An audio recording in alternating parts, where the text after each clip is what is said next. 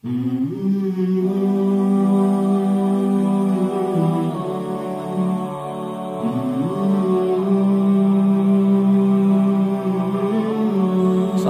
warahmatullahi ta'ala wabarakatuh. Bismillahirrahmanirrahim.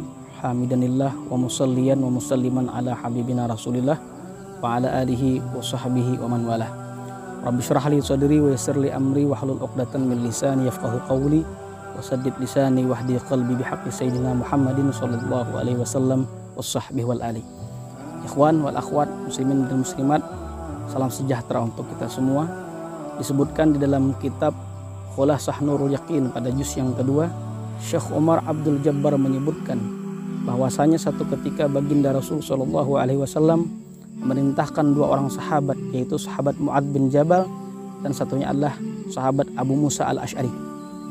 Di antara pesan Nabi tersebut kepada dua orang sahabat tersebut untuk berdakwah, satu orang ke wilayah bagian dataran rendah Yaman dan satu yang lainnya yaitu berdakwah ke bagian dataran tinggi daripada negeri Yaman. Di antara pesan Nabi tersebut kepada dua orang sahabat itu, Nabi mengatakan, ajarkanlah, sampaikanlah kebaikan kepada warga negeri Yaman tersebut.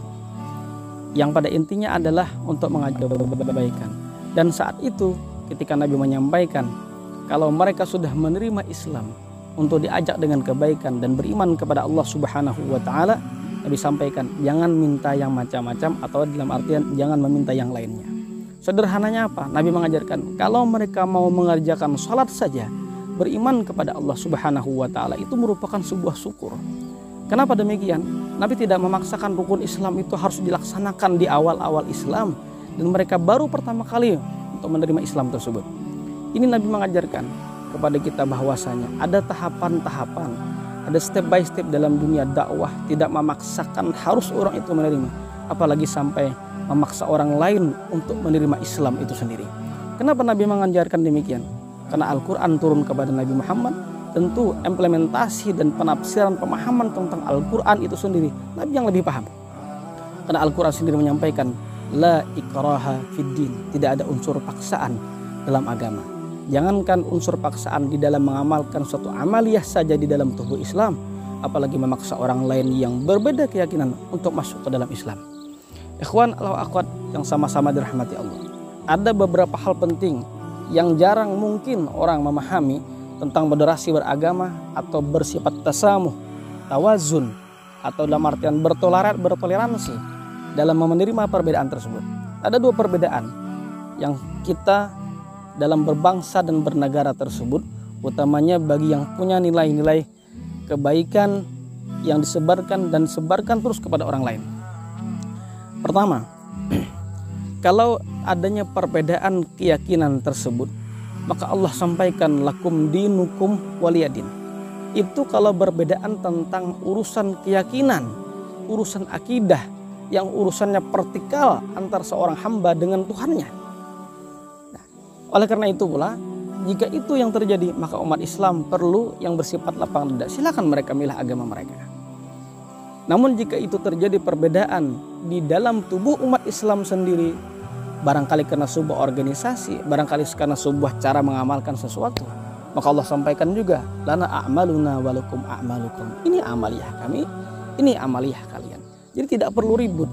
Satu contoh saja, Imam Syafi'i berguru kepada Imam Malik bin Anas, atau yang kita sebut dengan Imam Malik. Imam Malik dan Imam Syafi'i itu seorang guru dan murid yang mempunyai pandangan berbeda, atau yang kita sebut dengan berbeda madhab. Imam Syafi'i menerjemahkan kalimat lamastumun nisa. Artinya apa kalimat lami? Asal kata, akar kata lami sayal masu itu disebut dengan menyentuh. Maka menurut pemahaman Imam Syafi'i menyatakan menyentuh perempuan setelah berwudu itu dihukumkan batal. Sementara Imam Malik berbeda. Kalimat lamisa tersebut, kalimat yang dipahami menurut pemahaman Imam Malik adalah lamastum itu ai bimakna jama'tum.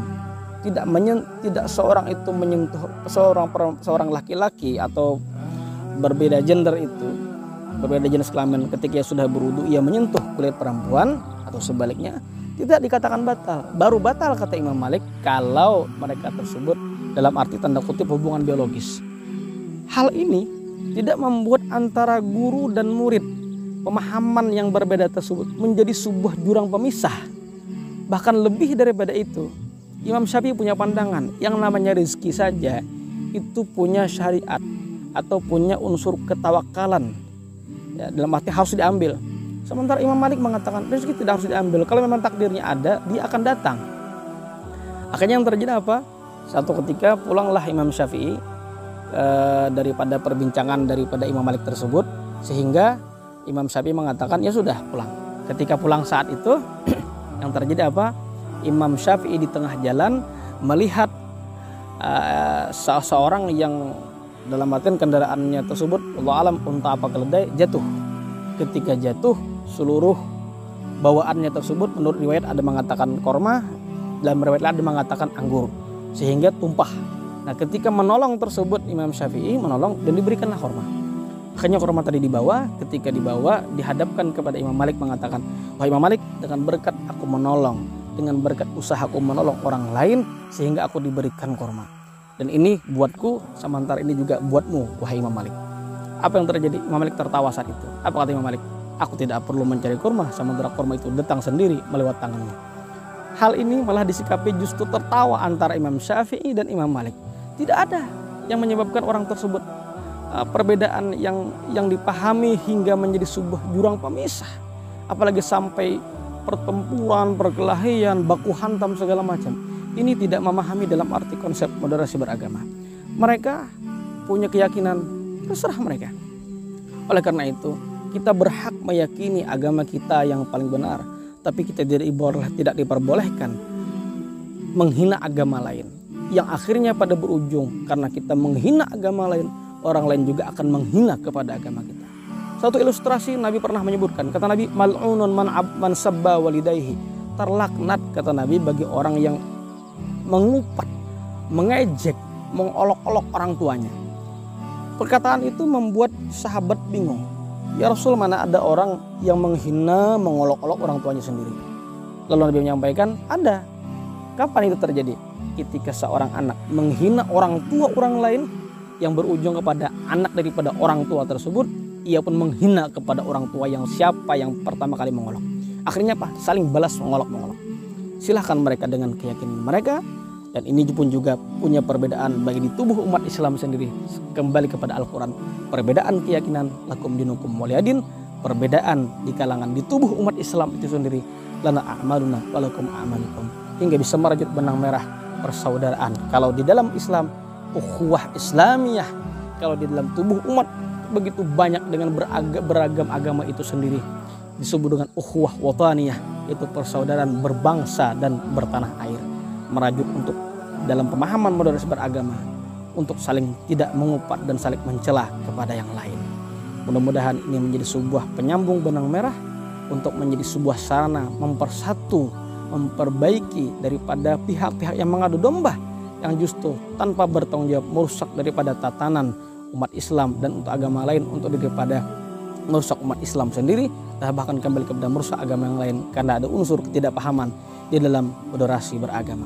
Mudah-mudahan ada manfaatnya. Wallahu a'lam bishawab. Hadanallahu wa iyyakum ajma'in. Wassalamualaikum warahmatullahi taala wabarakatuh.